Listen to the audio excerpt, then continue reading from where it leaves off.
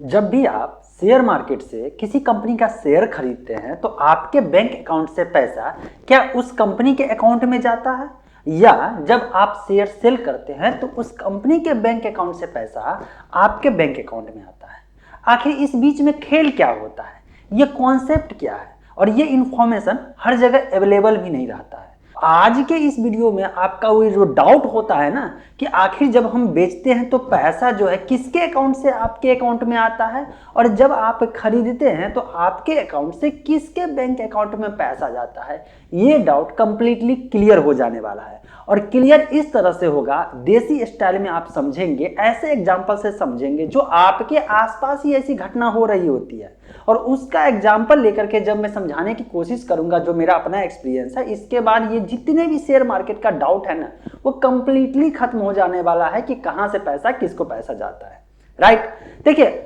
हम सब जानते हैं कि शेयर मार्केट में जो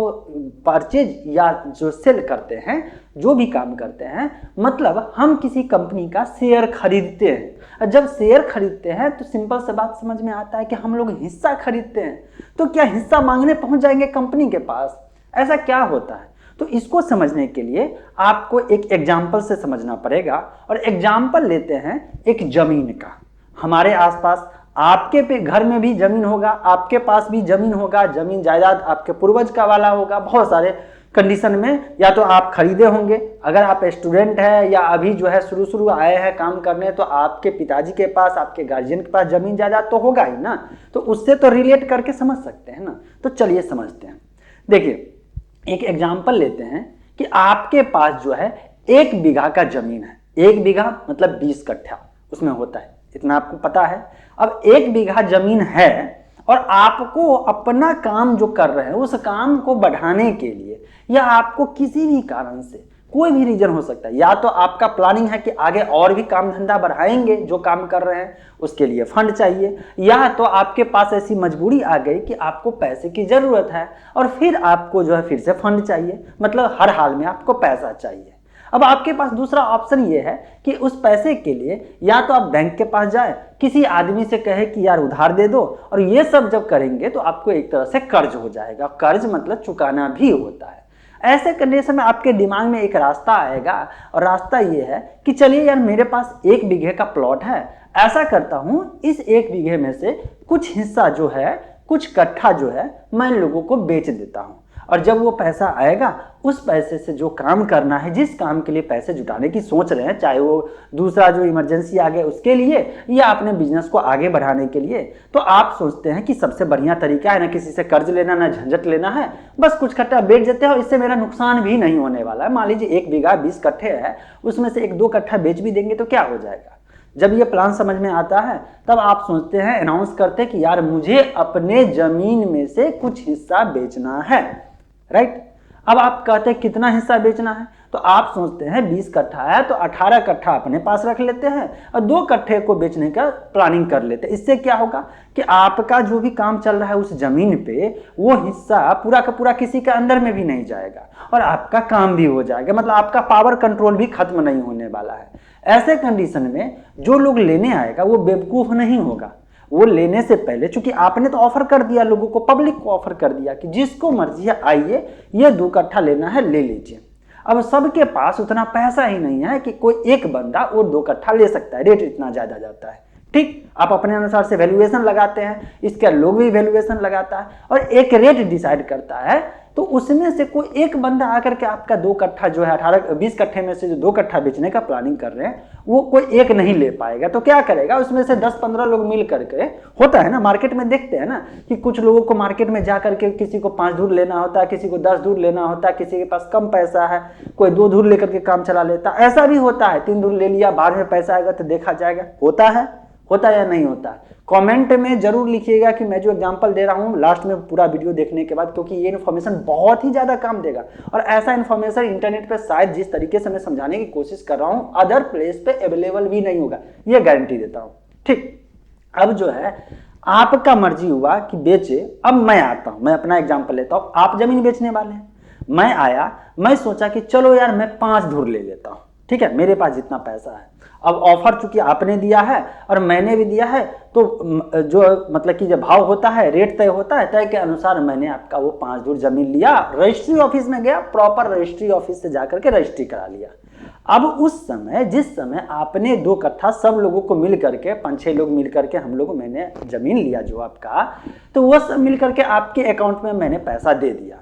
अब जैसे ही आपके अकाउंट में आता है, रजिस्ट्री ऑफिस में जाते हैं, वहां पे रजिस्टर आपसे पूछेगा कि पैसा मिल गया, अकाउंट सारा कुछ हो गया, आप भी खुश, हम भी खुश, सारा कुछ हो गया, पेपर तैयार। अब से जब से रजिस्ट्री हो गया उस समय के बाद से अब आपके पास सिर्फ 18 कट्ठा ही है पूरे 20 कट्ठा में से, और जो 2 कट्ठा है वो अलग अलग आदमी जो रजिस्ट्री कराया, जैसे मैंने आपका 5 धुर ले लिया तो 5 धुर का मैंने आपको शुरू में पैसा दे दिया। अब 5 धुर का मालिक मैं हूं और आपका जो मालिकाना हक है वो सिर्फ और सिर्फ 18 कट्ठे पे है। तो इसी तरह से जितने भी लोग 2 कट्ठा जो लिए हैं, कोई 5 धुर, कोई 10 धुर, कोई 15 धुर, कोई 1 धुर, ऐसे करके सबके पास अपना अपना मालिकाना हक आ गया ना। तो इसी तरह से मैंने भी आपका 5 धुर लिया तो मेरे पास भी मालिकाना हक आ गया, राइट। अब मैं क्या सोच करके आपका जमीन लिया, ये प्लानिंग किया कि आप जो काम कर रहे हैं, जो पूरे 18 कट्ठे पे जो करने वाले हैं, या जो भी आपका बिजनेस वहां पे चल रहा है, इसके कारण से भविष्य में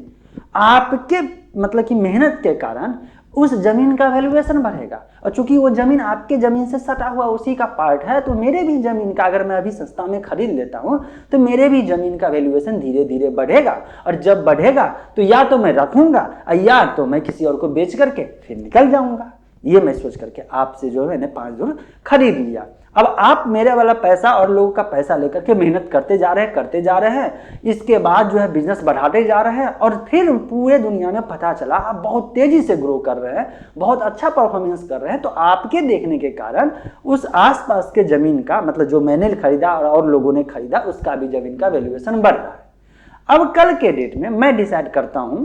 कि यार एक काम करते हैं, कहीं और मुझे जमीन मिल रहा है, कोई और बंदा काम करने वाला है, तो मैं इस जमीन को बेच देता हूं। अब खेल आता है असल खेल जो स्टॉक मार्केट में होता है, वही चीज जो जिस चीज के लिए आपने ये वीडियो देखना शुरू किया कि आखिर पैसा किसके अकाउंट में कटता है, किसके अकाउंट में जाता है खरीदने या बेचने पे। अब चूंकि पहली बार जब मैंने जमीन रजिस्ट्री किया तो आपके खाता में गया, अब जमीन मेरा है, तो ये बताइए जब मैं बेचूंगा तो पैसा जो खरीदेगा वो मुझे देगा या फिर से आप ही को देने जाएगा, जबकि आपका वाला जमीन वो ले भी नहीं रहा, अगला कोई नया बंदा आया तो नहीं ना आपको जाएगा। वो बंदा जिसको मैं जमीन बेच रहा हूं और 5 धुर निकल बेच करके मैं वहां से निकलने की कोशिश कर रहा हूं, तो वो बंदा फिर मुझे पैसा देगा न कि आपको देगा।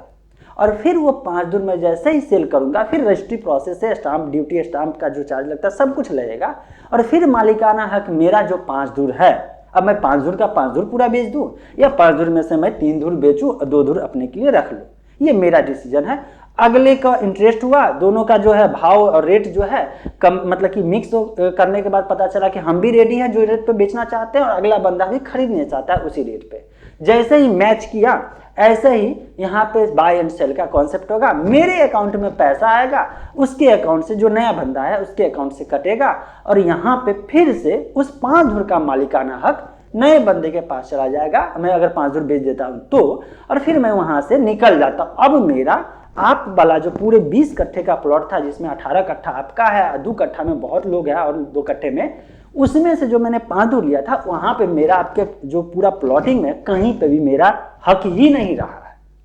तो ये जो होता है, फिर अगला बंदा को कभी मन हुआ, पता चला कि आपके गलती के कारण उस जमीन का वैल्यूएशन घटना शुरू हो गया, क्योंकि आप वहां पे कचरा फैलाना शुरू किए, कुछ ऐसा धंधा करना शुरू कर दिए जिसके कारण से वहां पे नुकसान होना लोगों को शुरू होगा, लोग का ग्रोथ नहीं होगा। अब वो जमीन का किसी कारण से, ऐसा जमीन के केस में नहीं होता, स्टॉक में होता है, किसी कारण से वो जमीन का वैल्यू घटने लगा। अब मैं प्रॉफिट लेके निकल चुका हूं, अगला बंदा परेशान कि यार ये जो जिस बंदे के कारण जो है ये पूरा जमीन का वैल्यू बढ़ा है, उसके बेड़ा गर्क करने के कारण जमीन का वैल्यूएशन तो गिरते जा रहा है, वो भी जल्दी जल्दी अन्न फलाने में क्या करेगा, बेच करके निकल जाएगा। तो ऐसे ही उसका प्राइस बढ़ता और घटता है, ऐसा ही होता है। तो जैसे पहली बार आपने प्लॉट बेचा उसी वक्त पहली बार आपको पैसा जाएगा, इसके बाद मैं बेचूं, मेरे बाद तीसरे के बाद चौथे को, जिसके पास जिस वक्त मालिकाना हक होगा वो बेचेगा, उसको पैसा आएगा, और जो खरीदेगा उसके अकाउंट से कट के जाएगा। सिंपल जमीन का कॉन्सेप्ट हो गया। अब चलिए स्टॉक पे समझ में आते हैं। जब यही कहानी स्टॉक मार्केट के लिए होता है कि जो भी कंपनी जब लिस्टेड होती है तो लिस्टिंग से पहले उसको तो फंड चाहिए, पैसा चाहिए, तो पब्लिक के बीच जब जाती है तो वहां पे पहली बार जो है कौन खरीदेगा उसका हिस्सा, तो उस कॉन्सेप्ट को कहा जाता है आईपीओ लाना, इनिशियल पब्लिक ऑफरिंग होता है कि पहली बार वो मार्केट में आया है और जो भी पब्लिक को लगे कि ये कंपनी ग्रोथ कर सकती है और जो रेट तय होता है और उस रेट तय के बाद आपको लगता है खरीदना चाहिए और आपकी हिस्सेदारी मिल जाती है, तो पहली बार आपके अकाउंट से उस कंपनी के अकाउंट में जाएगा। और एक बार जब चला गया तो इसके बाद भविष्य में, चूंकि अब आपको मालिकाना हक, जितना पैसा दिए हैं, जितना शेयर लिया उतना शेयर का हक तो आपको हो गया, तो अब आप कंपनी के बीच आप एक तरह से जो है पैसे का लेन देन खत्म है आपका मामला। अब आपका प्रॉपर्टी हो जाता है, आपका शेयर हो जाता है। अब शेयर मार्केट, चूंकि मार्केट प्लेस है, सिंपल, एनएससी बीएससी क्या है, ये सब मार्केट प्लेस है, पेठिया हाट जिसको कहते हैं, जैसे कि बाजार समिति या कुछ होता है ना कि जहाँ पे खरीदने वाले बेचने वाले आते हैं, तो बस यही है ये स्टॉक मार्केट, जो स्टॉक एक्सचेंज कह सकते हैं। तो यहाँ पे फिर अगला बंदा आएगा, आप जो बेचना चाहेंगे शेयर, चूंकि आप देखें समय के अनुसार आपके जो है कंपनी का शेयर का वैल्यू बढ़ रहा है, बढ़ रहा है, बढ़ रहा है, क्योंकि कंपनी काम बढ़िया कर रही है, तो कोई और आएगा कहेगा भाई मुझे इतना में दे दे, इतना में दे दे, क्योंकि उसको लगता है कि अगर इतना में ले लेंगे तो आगे जाके वो भी प्रॉफिट, सब प्रॉफिट नुकसान करने के लिए कोई नहीं आता है, सब प्रॉफिट कमाने के लिए आता है। फिर आपको लगा कि यार आगे जाकर के मैं अभी ही बेच लेता हूं क्योंकि क्या पता ग्रोथ होगा नहीं, आप सेल करते हैं प्रॉफिट निकाल के, अगला बंदा बाय करता है, कंपनी के पास कुछ हो नहीं जाता है। आप सेल किए हैं, अपने हिस्से का शेयर सेल किए हैं, तो आपके अकाउंट में आएगा, और जो बंदा आपसे खरीदा है उसके अकाउंट से कट के आएगा, है ना, बीच में ब्रोकर होता है, ये अलग मुद्दा है, लेकिन आपके पास ही आएगा ओवरऑल। ठीक, अब इसी तरह से जिस वक्त आप जो है खरीदेंगे,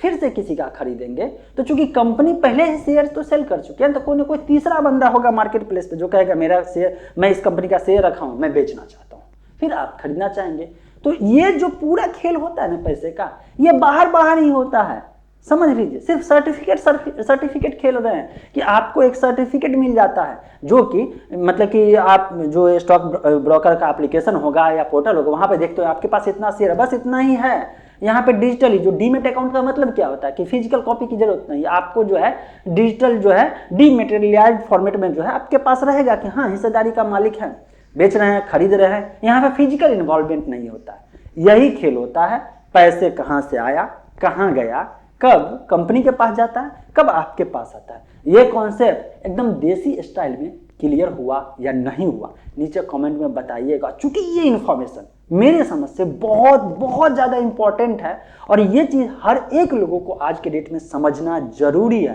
क्योंकि देर और सवेर आप या आपके जान पहचान वाले शेयर मार्केट में तो जरूर इन्वॉल्व होंगे। तो मैं चाहता हूं आप तो वीडियो देखें ना, अपने आसपास के लोगों के साथ शेयर करके उनका नॉलेज इन्हेंस करिए, अपने देश के इकोनॉमी में अपनी भागीदारी बनाइए।